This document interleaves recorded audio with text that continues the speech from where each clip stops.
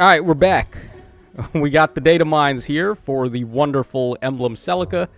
Everything is not out yet, though. We don't have her stats and, like, boons and banes yet. Alright, but, of course, as always, Gengar and Tsukasa are on it. So once all that stuff is data mined, they will post it here and we'll check it out. But why don't we start things off with the skill inheritance restrictions for the brand new passive that Celica has, of course, which is, what was it called again? Resonance, I believe it is. Okay, so Warp Ragnarok, of course, is only usable by Celica. That was no surprise to anybody. And the prerequisite is Moonbow, which I guess it doesn't even matter what the prerequisite was. Surprised is Moonbow, though, because Moonbow decreases defense and res, whereas, like, the Draconic line of specials raise damage by your attack. So, like, Draconic Aura, Draconic Rage, Dragon Fang, like, those would be what I would imagine the prerequisite would have been for this. Alright, doesn't matter. Okay, so Resonance 4. Let's take a look at what the restriction is here. Okay, so prerequisite is Resonance 3, of course. It seems like they're doing this on every single Emblem hero. They're giving them, like, some brand new passive skill. So Marth had Potent 4, and then Ike had Lagoo's Friend 4. So now Celica has Resonance 4. And I'm imagining so on and so forth, all the Emblem heroes are going to have, like, some crazy good fodder skill to pass out, just to give them more incentive for people to summon on them. So this looks like it's for tome only, as I thought, which is what the icon would suggest. There is a tome there, even though I believe in Engage, you could actually put this on anybody, even melee types. But it looks like here it's only going to be for tomes. Oh, and staffs can get it too. That's pretty cool. Yeah, I don't see staff units in here as a restriction, so another buff to staff units is definitely nice. Problem is, though, this occupies the B slot for them, and of course, staff-type units, they want to switch between Wrathful Staff and Dazzling Staff, so this is kind of gonna, like, hurt them a little bit, but it's not the biggest deal in the world. You could live without Dazzling Staff for sure. If you've got Wrathful Staff on the weapon built in, then you could certainly give this a go on staff-type units. Yeah, no movement restrictions either, so every movement type, every mage is going to be able to use this. And it seems like a solid enough skill. It chips your own HP, which can be used in some situations if you're setting up for, like, Wings of Mercy or other low HP requirement skills like Desperation and such and such and so on and so forth. So the self-chipping, while not as beneficial as we might like, is also not hindering per se. And then, of course, you're getting a lot of true damage here. Speed and res -4 on the foe, and then also you're getting bonus damage based on your current HP times 2, or whatever this check is here with a max of 12. So possibly 12 points of true damage while also cutting enemy DR here as well. So pretty solid skill for sure. Okay, let's see if the other things are here yet.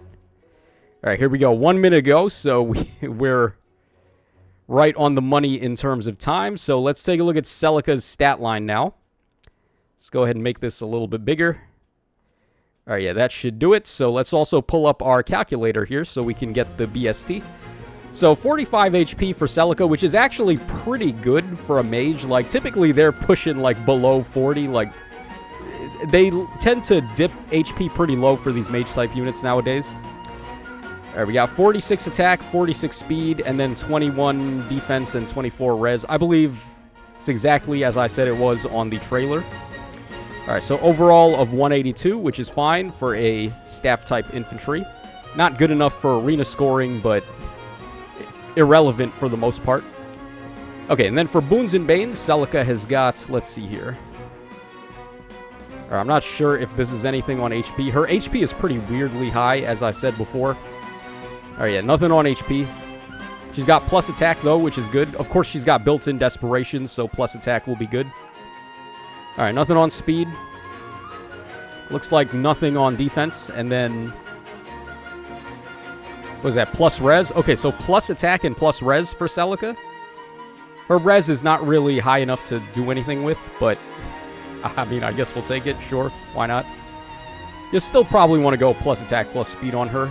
So, she seems like a strong unit for sure. Like, her emblem ring is really cool where she's giving 2 separate effects. She's giving warping, and then she's also giving, what was it, up to, like, whatever your special cooldown count value is times 3, I believe it was, is going to turn into true damage for you. So you can get quite a lot of points of true damage out of that if you're running a high-cost special or something of that nature. So it's pretty good there, and then just the warping mobility is really good. Now, her warping on the ring does not include pass, but her warping on her own special, Warp Ragnarok, does include pass. So she's going to be able to get through, like, Warp Bubble effects and Gatekeeper and Myrrh and, like, all of those types of units. So that's definitely pretty good. She's going to be a really interesting Gale Force initiator for Aether Raids, actually, because you can have her warp in, and then she's chipping her own HP down with her B skill, and she also avoids, of course, Warp Bubble from Gatekeeper, so it's easy to get her in. Her high HP actually comes in handy for Aether Raids as well, because you could, with a couple of blessings, and then maybe one of the HP +5, and then double stat +3 Sacred Seals, you could easily get her HP high enough to walk onto a Hex Trap and then just be completely fine. So that is definitely the reason why it seems like they tuned up her HP a bit there. So yes, she seems like a pretty good ARO offensive type of Gale Forcer, I would say. So that's definitely nice. She's going to fit right in on teams with like Gulveig and the new Sharena and stuff like that. Like all those like Wings of Mercy Gale Forcers you may be running.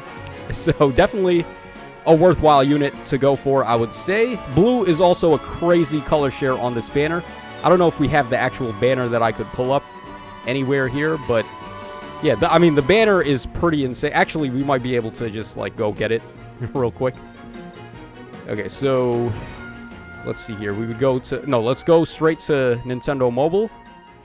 And it doesn't matter. English or Japanese doesn't matter. And then we just go all the way to the end, and here we go. So the blue pool here is ridiculous, of course. We got Emblem Celica, and then she's accompanied by Sheeta and Ivy.